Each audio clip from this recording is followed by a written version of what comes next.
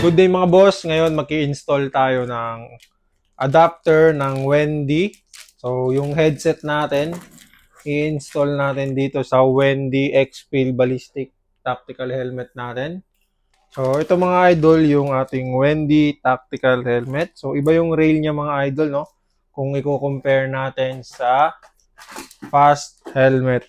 So ayan si Fast Helmet. Unang gagawin nyo mga idol, tatanggalin nyo itong kanyang mount. Ito yung X-Field Wendy mount natin. So, ayan.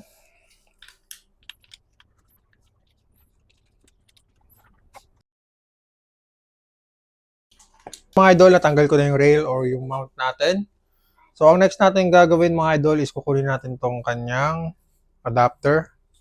So, ipapasok natin yun dyan.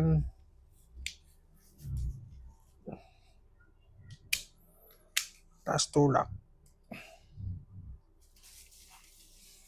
And next naman is yung kasama yung kanyang plate. So, kasama yun sa adapter mga idol. Pupush nyo lang. Tapos, pwede na natin ibalik yung adapter.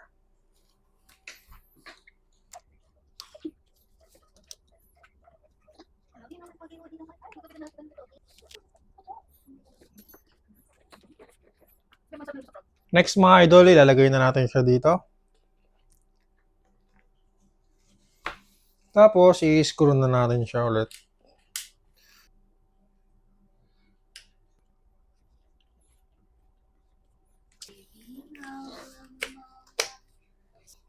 Yan mga idol, nakabit na natin yung headset natin sa Wendy X-Field Ballistic Tactical Helmet natin. So, ayan siya, itsura niya. Magkabilaan.